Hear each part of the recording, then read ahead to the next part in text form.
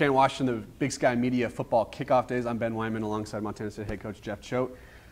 Coach, we were just talking off the air. Are you ready for the season start? Are you kind of ready to not quite yet? Yeah, I'm good with not quite yet. I think I know what's coming, and sure. I know our boys are working hard back there in Bozeman, and we'll give them about 6-7 days off before we report on August 2nd. And I think those times are great, not just for us as coaches, but for the players. I mean, sure. I think you got to get away from the game occasionally and have a little balance, and yeah, it'll help you be more refreshed and ready to go once we get started. Third year at Montana State. Have you felt the 3 years, or do you look back and you're like, it feels like a lifetime ago?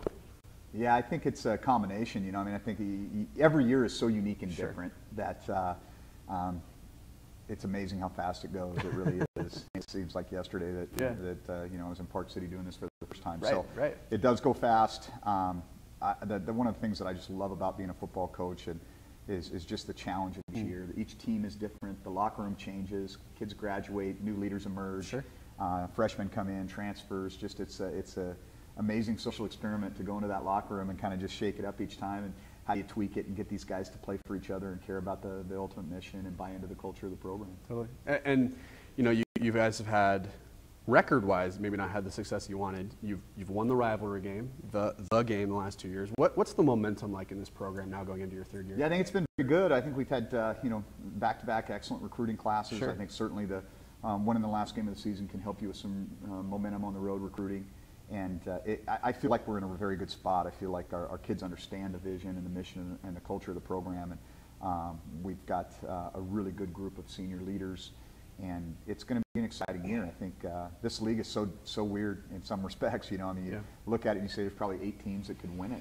And it's so much with an unbalanced schedule and so many teams in the league. Seriously. You just don't see each other. And so, you know, when you're even sitting there trying to go, okay, how am I going to, as the coach doing the coaches poll, you go, well, they don't play them and they don't play them. So, right. You know, you don't really have the opportunity to get that true champion that you want. But I do think there's a lot of great coaching in this league. I think there's some tremendous talent in this league. And I think the Bobcats, you know, have the ability to be in the mix. Last week had some tough news. How do you, with Chris Murray being taking a year off, how have you the last week? How have you kind of processed that, and not even personally, but as well with the team? Well, we're pretty open and honest with our team. You know, so I mean, all the way back in May, we had conversations with our team. Chris got up in front of the team and talked about his situation and what he was going to need to do, and what some of the things that the possible consequences might be. And so it really wasn't a surprise within the walls of Brick Reed and Fieldhouse. We've been planning for this for a while, but you know, there's always some finality to it, and I know that people are interested in it, whether it be media, fan base, etc. And so, you know, we're prepared to deal with that. And you know, one of the things I tell our guys all the time, there's, you know, think about it, there's problems and then there's real problems. Sure. You know, a real problem for Chris is there's a death in the family, or he's got a terminal illness. Yeah. This is a bump on the road. I mean, he can learn and grow from this as a man and come back better and stronger because of it. And it's an opportunity for guys that are in that quarterback room to say, hey, I came here to play. Yeah. And now's my chance to go. Totally. Well, what's the team reaction been? Have you kind of felt, I mean, you haven't really been around them in the last couple of weeks, but like, have you felt kind of a galvanized, like we're going to be okay? Yeah, well, I think that was the even back in May when we addressed it initially, I think that was the kind of the vibe was, we're fine. Yeah. Talking about those quarterbacks, what do you expect from them moving forward, especially as we're going to fall camp? Well, you know, I mean, I try to always put myself in that position. I never played quarterback. I was a linebacker, so. But I always think about, you know, if I was the guy that was second on the depth chart or third on the depth chart, and the starter went down, I'd feel bad for him, but I'd be like, I came here to play. Sure. Let's go. Sure. And I think those guys are excited. I think they're engaged. Yeah. We don't get an opportunity to spend a ton of time with them in the summer. A lot of it's just anecdotal, like, you know, call a guy up, hey, how's the summer going? How's Johnny looking, you know? Sure. And I think our guys are excited about seeing how this competition plays out. I mean, it's in a weird way, it's almost provided some kind of energy for the team to go, you know, we got this is an important decision, but there's some guys that have a chance. And you can already kind of see the pecking order start to lay out, and some guys have their opinion over here, some have their opinion over there. So that's going to be one of the things we got to pay attention to, is that chemistry piece too, because those types of decisions can divide a locker room if you don't handle them correctly. You talked about earlier the senior class. How important have they been to this program, and how much are you going to lean on them going into the season? I think we've got a lot of good leaders in there. You know, I've brought Zach Wright, now it's Neale, with me, and Tucker Yates is another guy, Tyrone Fontenot. You know, we've just got some kids that have paid the price and been through kind of the tough things of coaching change and kind of struggling to rebuild a program, and now they're in a position to, I think, leave a real positive legacy. And they've stuck it out. They're going to get their degrees from Montana State. I think they get what we're trying to do. I think they take a lot of pride in the style that we play, and being Montana tough kids. How do you, when you come into a program, how do you instill your personality on a team? Well, I think you got to be calculated. I think there's a process that goes. You can't just announce your presence and say this is how we do things. I think you've got to be very detailed. I think being precise. I say that because I feel like your team is very molded after you, and I think that's a compliment. No, I take that as such, and I appreciate that. I think that you have to be consistent. Sure. And I think that's a really hard thing to do when you're in this sports world where it's all about emotion and even today with these young kids, they want everything done right now, and so it's really hard to be consistent and persistent and see things through. I think I've got a really solid vision of how I think things need to be done, and I think it's built on a foundation that is has good morals and things that are going to last for these kids. Sure. And so I think that's one of the things that they bought into. From my perspective, is I think they see the vision that I have for them, not just as football players, but as young men. Yeah. And I think they bought into that, and I think they appreciate that we take the time to address issues outside of football and what's really important in this world. And, and I think that's probably one of the things that's helped kind of galvanize us as a family, really, is that these kids get what we're about, that this is about the next 40 years of their life, not the next four games. Sure. I'm curious now that we have the University of Idaho coming into the Big Sky. You coached at Idaho. When you coached, were they in the Big Sky? I actually coached at Boise State. Oh, okay. Okay. But I grew up, ironically enough, I grew up in St. Mary's, Idaho. Yeah, okay, yeah. And so I spent a lot of time going to Vandal games growing up. In the Kibbe Dome? When Kenny Hobart was the quarterback, and then John Freeze and Dennis Erickson was a coach. And so I'm excited to see him back. That's my memories. My youngest memories of college football are seeing Montana or the University of Idaho compete for Big Sky championships back then.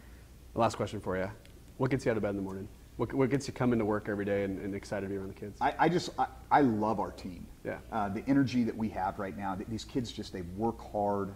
They're what I call green. They're they're moldable. They're not that brittle stick that snaps. They go with the flow, and they're willing to work through things. We can kind of throw new things at them, and they adjust. I guess what gets me out of bed in the morning is knowing that that's the future of our program, but that's also the future of our country, and we've got some great kids, and I think that most coaches in this league would say that. Yeah, we're going to have fun covering in Bozeman this year, Coach. Really appreciate you spending time with us. Welcome back to Spokane, Washington, everyone. Ben Wyman alongside Zach Wright, Alex Neale. You can tell by the jerseys, the Montana State Bobcats are in the house. Fellas, how we doing? How's the summer been? Doing good. Yeah? Doing great, yeah. Just living it up. Hanging out, yeah? Yeah. I guess my first question is, what's your favorite part about being a Montana State Bobcat? What do you love about being in Bozeman and playing in front of those fans? Well, I mean, one's the environment, you got the mountains around you and everything, but two, I'd definitely say, it's the people that make up the fans, Being in Montana, you got two teams. That's it. It's what it boils down to is just they're all for you. Totally. Yeah. Totally. Sure, you're walking downtown again with the fans, but you're just walking downtown and you're like getting a burger at Burger Bob's or something. They're like, hey, is that Alex Neale? I'm like, how do you know that? I play Ole Miss. The heck, just everybody knows everybody out there, and they're just huge Cat fans. So totally. I got to mention too, Alex. You said you're from Duval, right? Yes, sir. I'm from Woodinville. So, really? Yeah. So we got a little local connection here. Perfect. Woodinville, Washington, Duval, Washington.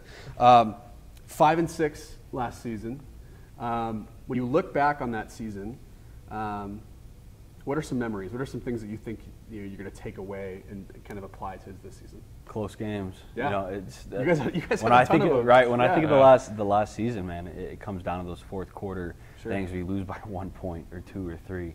I think that's the big focus for this coming year for us, especially, is making sure we close games. Mm-hmm. I mean, we're just that close. If we can just finish those little things, those 1 or 2 point games, our season can just be.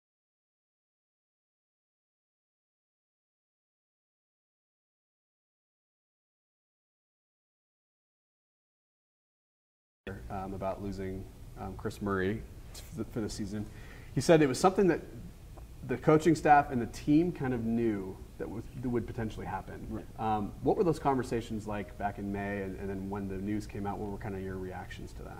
I mean, like you said, we kind of knew about it. We knew what was coming. So conversations were mostly about, you know, hopefully we can get him back in May. Hopefully we can get him back. But if it doesn't happen, we got to move on. We got to adapt, because this is the last leg before fall camp starts, and then we got to figure it out. There's no ifs, ands, or maybes. You know, it's just you got to get there, and hopefully the right guy steps up. Yeah, it's just all about meeting the standard that Coach Choate has kind of set. You know, if it's either good enough or it isn't. So we got to look for somebody that, you know, that will fit that standard, and that's the only way that we're gonna win these games. You know, you just got to finish. And as seniors, especially this senior class in particular, it seems like you guys are very close, very tight knit group. Do you guys feel like you're going to be leaned on a little bit more now in terms of just pulling this team forward into the next phase? Yeah, I mean, especially with Coach Choate coming in. You know, he came in. I was a redshirt sophomore when he first came in, so we've had time to develop under him. Sure. But at the same time, we've had time to develop into the leaders that he wants, the kinds of seniors to be able to push and run the team the way he wants it done. Yeah. So I think we'll be able to achieve that. Yeah, absolutely what Zach said. Yeah. I seem, you know, and I complimented Coach Choate when we interviewed him earlier this morning, because some teams, it takes a while for them to mirror their coach's personality. But I feel like with you guys, almost right away when you came in, the whole team is just hard-nosed, strict, dedicated, tough. Like, do you feel that? Like, how hard was that or easy was that to, like, kind of match your coach's personality? I mean, on the field. Yeah, I mean, for definitely, I'd say a lot of the guys, especially as linemen too, right? Yeah, you're his favorites. So. Yeah, but I mean, that hard-nosed mentality they has, a lot of the guys were able to adopt that pretty easy. It's like you're recruiting from blue-collar Montana. It's like that's what the majority of our team's made up of. Sure.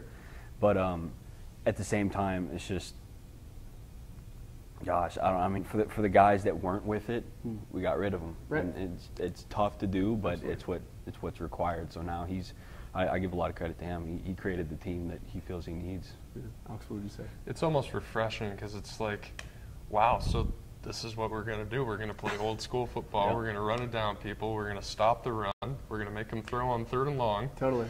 It's just, I don't know, it's just really, I think, a humble experience to, like, have somebody that's just hard-nosed and expects us to be hard-nosed with them. Yeah, totally. Zach, I was told to ask you about your hometown and your roots growing up. Yeah, so Maybe explain that to some of the audience that might not know. Yeah, I'm from New Braunfels, Texas, and it started out as an old German town, like way back in the beginning of the 1900s, and you know, I grew up going to like Wurstfest, Wasselfest, like Schlitterbahn, this German water park. It was like I grew up eating sausage.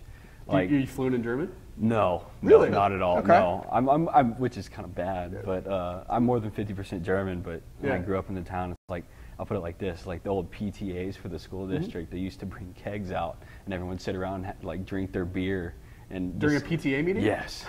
I'm not even kidding. Sounds like my PTA meeting. Yeah, no, it used to be fun. They had to stop eventually, you know, because people weren't with it. But for the longest time, that's what they did. That's the kind of place I grew up, man. It was just very, very straightforward, hardworking people. And they love football. And they love football. Like I'll put it this way: it's like going to high school in Texas. Like our rivalry game, we had people like they'd parachuted in the game ball and an American flag. Like, wow, it was at a intense. high school game. At a high school game.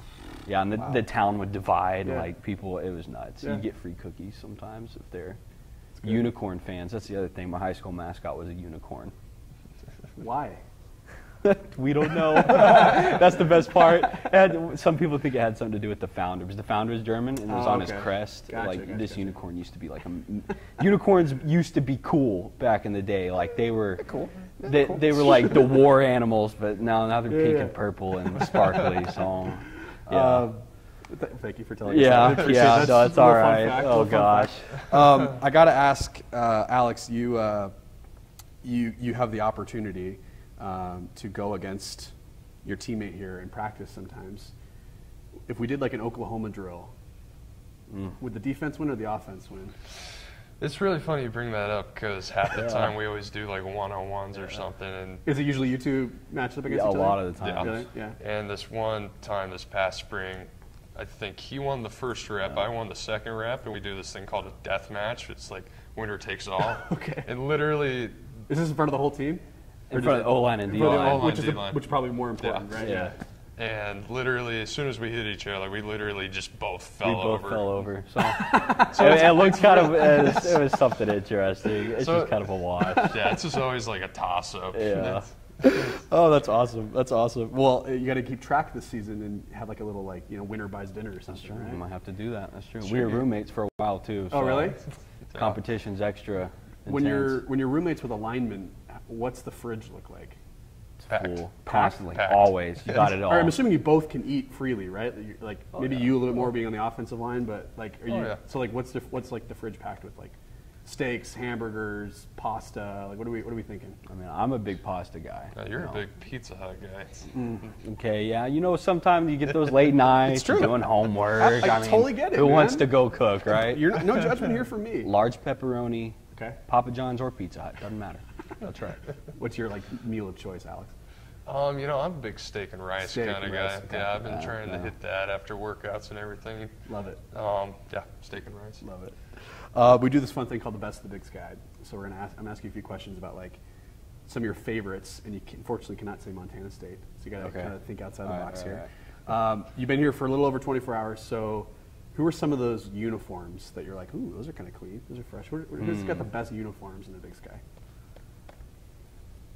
I don't know. See, like, I'm kind of torn between, like, do you want to go classy, just solid colors, does it look nice, or, like, do you want some, like, cool, like, undertones? So Give me both. I mean, just straightforward colors. I'm kind of a fan of NAU, Yeah. It's like, yeah, It's very bright. They got the blue and gold Yeah. scheme, but their yellow's, like, more vibrant. Sure. I give them some credit. I like Okay. their I was their more of stuff. a Northern Colorado kind of guy. Yeah. What about you? No, I like it, too. They had a couple extra options. Yeah. The three of you all have like those three teams have like the blue and yellow. Yeah, maybe we're biased. Yeah, that's good. That might be part of it. And I know you're not going to say. I know you're not going to say the team, west of you guys. Yeah, we don't talk about. Yeah, those we're not going guys. to talk about those No. guys. Favorite place to play? You might talk about them here, but Okay. Is Yeah. there a favorite place to play in the Big Sky? I mean, yeah, I'd say Grizz, but personally, the favorite place to play isn't because it's so loud. It's because you can quiet down tens of thousands of people. And you guys have done that. You went Yeah. in there 2 years ago and did that. Yeah. And you're going to try to do it again this year. That's too. right. Keep it going. What about you, Ox? I What's gotta your- go with Grizz Yeah. too. Absolutely. I will say a lot of people have been saying Bobcat Stadium. So Really? people like to come in and play. The fans apparently are really That's good on news. them. So yeah. Okay. Yeah, I like that. Yeah. Best mascot. Who's got the coolest mascot? Lumberjacks. Ooh, yeah. Last year they got a chainsaw going the yeah, whole time. they got a whole statue. We all took pictures next to that guy. It is pretty cool. We've talked about so a lot of guys have brought up the chainsaw. Like, is that actually like really annoying when it gets going? Like, especially when they're scoring on you. Like, you just hear the. Yeah, I could see Yeah, that if they're putting yeah. up 50 on you. Yeah, no, then it's not very fun. Yeah. Yeah. Who's got the best / worst fans? Maybe this is Montana. I don't know. Whatever you guys think. But like, who's got like the fans that just are on you from the second the bus arrives at the stadium? Okay, see, we're gonna go back to the Grizz again. But my specific reason is my freshman year, I had to go stand on the sidelines for that game. Oh gosh. And it's not just like they heckle you. No, they Google your last name and bring up your entire history and then talk bad about you. Did you have an example of like them Googling you? I'm a unicorn. They brought out the unicorn They brought thing? out the unicorn thing and made fun of me for being a unicorn. Wow. That's just low. I know.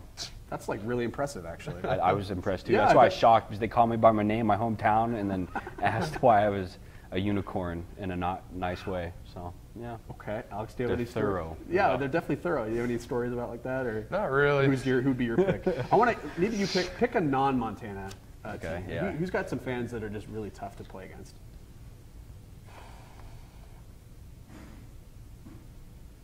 Dude, I think I gotta go with Eastern. Yeah, that's On the true. field? They were pretty loud. true. On the Yeah. Inferno? Yeah, I was Yeah. actually really surprised because they got that track around it too. Yeah. It's only one side, but wow, they were still loud. No, they do really a good job. impressive. They do a good job there. The last question is just senior year. What are you most wanting to take away from this season, personally? Me personally, I want to be a part of a great team to where I can leave and say, man, we really went out there and accomplished something. That's my dream. Yeah. What about you, Alex? I think we just got to go to the playoffs and win as many games as we can. Yeah. Take home the national title. Why not? Yeah, no, it that's could happen. isn't Why that not the us? goal? Right. It could there happen. you go. Fellas, thank you so much for joining us. It was Of a course. pleasure. Best of luck this season. All right, thank you. Thank you. Appreciate it.